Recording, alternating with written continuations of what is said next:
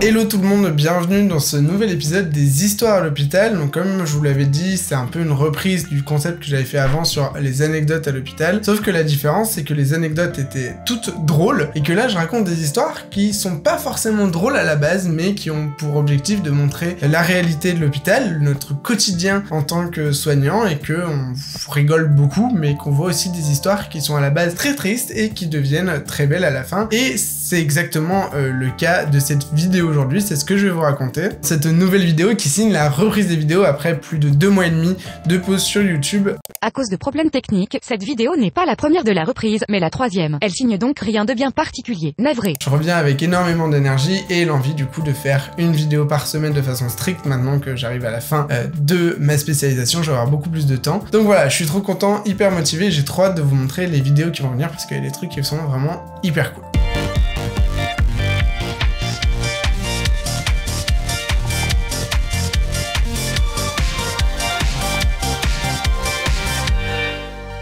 Je vais vous raconter aujourd'hui une histoire qui s'est déroulée en réanimation pédiatrique. C'est une histoire qui était à la base extrêmement triste, vous allez vite le comprendre, mais je préfère vous spoiler la fin, elle est plutôt joyeuse. Donc peut-être vous dites que vous passez pas une bonne journée et que vous n'allez pas regarder une histoire triste parce que ça va vous plomber encore plus. Et bah au contraire, restez, parce que peut-être que ce sera un petit rayon de soleil dans votre journée. Et si tout se passe déjà bien pour vous, bah ce sera un rayon de soleil supplémentaire. Je le disais, cette histoire se déroule en réanimation pédiatrique, et en réanimation pédiatrique, on prend des enfants du nouveau-né, donc de J0, sorti de la maternité, à 16 voire 18 ans. Là, ça concerne vraiment une toute petite bout de chou, puisqu'elle venait de naître, elle est pas née au sein de notre hôpital, mais il arrive que lors de la naissance, là en l'occurrence c'était par césarienne, le bébé inhale son méconium. Le méconium c'est quoi? Et bah c'est le caca qu'il produit à l'intérieur du ventre de la maman. Ça reste du caca, donc des matières fécales quoi. Donc si jamais il inhale, et bah ça fait ce qu'on appelle une pneumopathie d'inhalation, et ça peut créer une détresse respiratoire extrêmement sévère. Sévère au point que dans le cas de cette enfant, qu'on va appeler Victoria, et bah ça a complètement lésé ses poumons, et ses poumons n'étaient plus fonctionnels dès la sortie du ventre de la maman. Elle a fait ce qu'on appelle une détresse respiratoire extrêmement sévère. Ses poumons n'étaient plus fonctionnels, ils ne pouvaient plus assurer leur rôle d'oxygénation du sang et d'épuration du dioxyde de carbone. On a donc dû dans un premier temps la plonger dans un coma artificiel pour l'intuber, pour lui délivrer une ventilation mécanique. Ça n'a pas suffi, on a donc dû remplacer ses poumons par une machine qu'on appelle une ECMO. J'en ai parlé dans une vidéo, si ça vous intéresse, c'est juste là, c'est accessible pour tout le monde. Une ECMO, extracorporale membrane oxygenation, va en fait remplacer les rôles du poumon le temps que ces derniers se réparent, ce qui va permettre de diminuer la ventilation qu'on va faire via la sonde d'intubation pour laisser vraiment les poumons au repos et donc vraiment leur permettre de guérir, et pendant ce temps-là, continuer à oxygéner et à retirer le dioxyde de carbone du sang du bébé. Pour le petit côté technique, c'est ce qu'on appelle une ECMO véno-veineuse, donc elle va uniquement remplacer le rôle des poumons et pas le rôle du cœur comme dans une ECMO véno-artérielle. Je récupère cet enfant, elle est arrivée chez nous justement pour qu'on lui branche cette machine.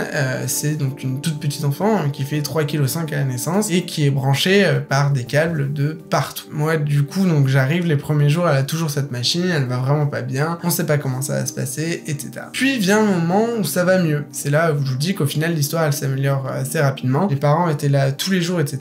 et on lui retire la machine. Alors c'est déjà une sacrée étape, même si elle reste dans le coma artificiel, qu'elle reste intubée et qu'elle reste ventilée par une machine, l'enfant n'a plus besoin de l'ECMO, c'est-à-dire que ses poumons ont suffisamment guéri pour pouvoir prendre le relais, même si c'est toujours à l'aide de la ventilation mécanique. Mais c'est déjà un énorme progrès, parce que cette machine elle sauve de façon temporaire, mais elle peut engendrer plein de problèmes, et encore plus chez un petit bout de stage là. Donc vraiment c'est quelque chose qui est extraordinaire déjà d'avoir franchi ce cap. Il se rapproche la scène la plus magnifique que j'ai vécue depuis que j'ai commencé à travailler à l'hôpital. Vraiment cette scène, je pense que je m'en rappellerai toute ma vie, et je la raconterai à mes petits-enfants, quand ils seront grands, hein, parce que le début c'est un petit peu glauque quand même. Un jour je rentre dans la chambre, donc je m'occupais de cet enfant depuis quand même plusieurs jours, je connaissais très bien les parents, très bien la maman, c'était leur première fille, c'était vraiment leur premier bébé, ça compte aussi, ils avaient ils étaient là tout le temps. Et un jour je rentre dans la chambre, et je regarde la mère, qui la regarde de loin et tout, parce qu'elle avait plein de tuyaux, elle était toujours intubée et tout ça, comme je le disais. Et là je regarde la mère et je fais, mais vous l'avez jamais pris dans les bras? Et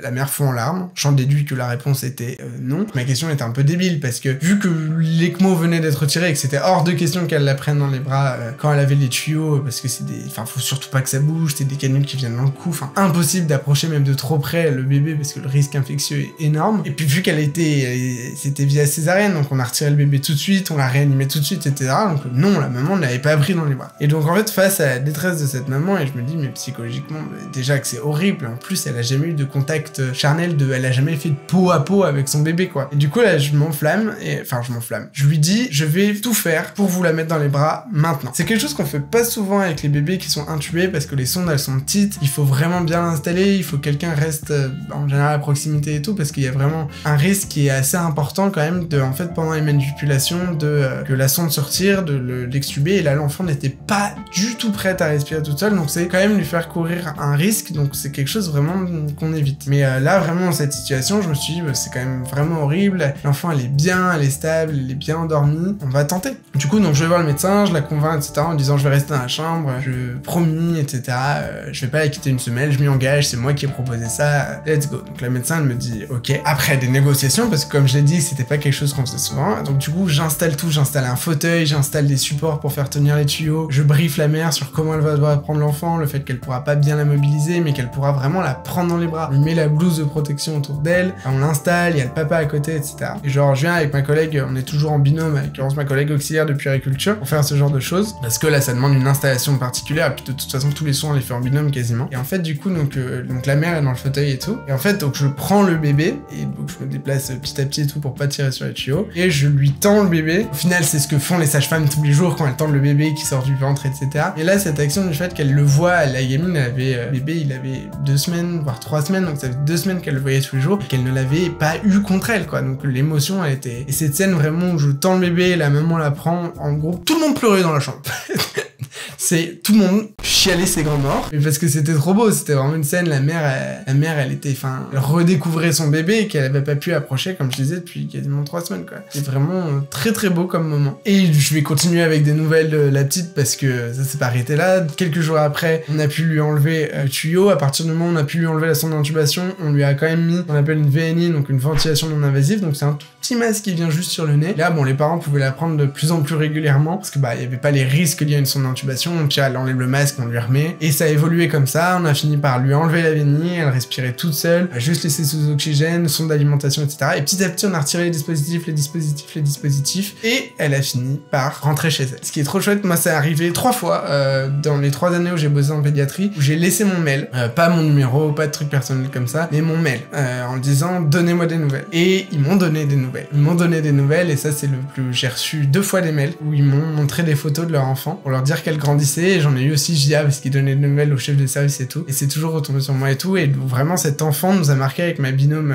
auxiliaire de puère. Sur la fin de la prise en charge, j'étais une nuit, donc toutes les nuits on y allait, là les parents ils rentraient chez eux et on passait du temps avec elle et tout, et c'est vraiment une enfant, bien évidemment on s'est toujours de laisser une distance, mais c'est clairement une enfant de qui je m'étais beaucoup attaché parce qu'elle revenait de tellement loin. Bien évidemment je vais pas vous montrer de photos pour garder l'anonymat, mais c'était une enfant trop chou, bien évidemment. Donc voilà, c'était, comme je le dis souvent quand je parle de mon métier, il y a des choses qui sont horribles, j'éviterai de les raconter parce que ça n'a rien de positif, où j'en parlerai mais avec d'autres personnes à rigueur sous forme de podcast, ce genre de trucs. Et là en l'occurrence c'est juste que ça a permis de vivre un moment qui était magnifique, alors que la gamine elle revenait de vraiment hyper loin et que potentiellement ce moment aurait pu ne jamais avoir lieu. Donc voilà, c'était une des plus belles histoires que j'ai vécues en réanimation pédiatrique, en tout cas qui m'a le plus marqué. Ça va faire 2 ans et demi aujourd'hui que j'ai vécu cette situation et je m'en souviens toujours comme si c'était hier. Voilà, il y avait une seule histoire dans l'épisode d'aujourd'hui parce qu'elle était assez longue. C'est la première vidéo de l'année, première vidéo montée par Julien qui sera mon monteur pour un tiers je pense, on n'a pas encore calculé, mais de toute façon à chaque fois que ce sera lui il sera mentionné, donc vous pourrez voir une petite différence dans le montage je pense. Première vidéo de l'année, C'est toujours pas la première, c'est la 3e. Pardonnez ma confusion. Vidéo du nouveau rythme de l'année aussi, puisque là je vais sortir une vidéo tous les dimanches et je vais essayer de rester sur ce rythme le plus possible maintenant que j'arrive à la fin de ma spécialisation, donc on va essayer de tenir ce rythme avec l'aide de Julien, ça devrait être beaucoup plus facile pour moi. Donc il y aura d'autres épisodes comme ça, j'ai prévu le prochain pour la fin de l'année ou début 2023, et je continuerai à raconter des histoires et surtout que je vais en vivre d'autres au fur et à mesure de ma carrière et encore plus au SAMU je pense. N'hésite pas à t'abonner si c'est pas déjà fait, le petit pouce bleu tu connais, et je te dis à la prochaine, salut!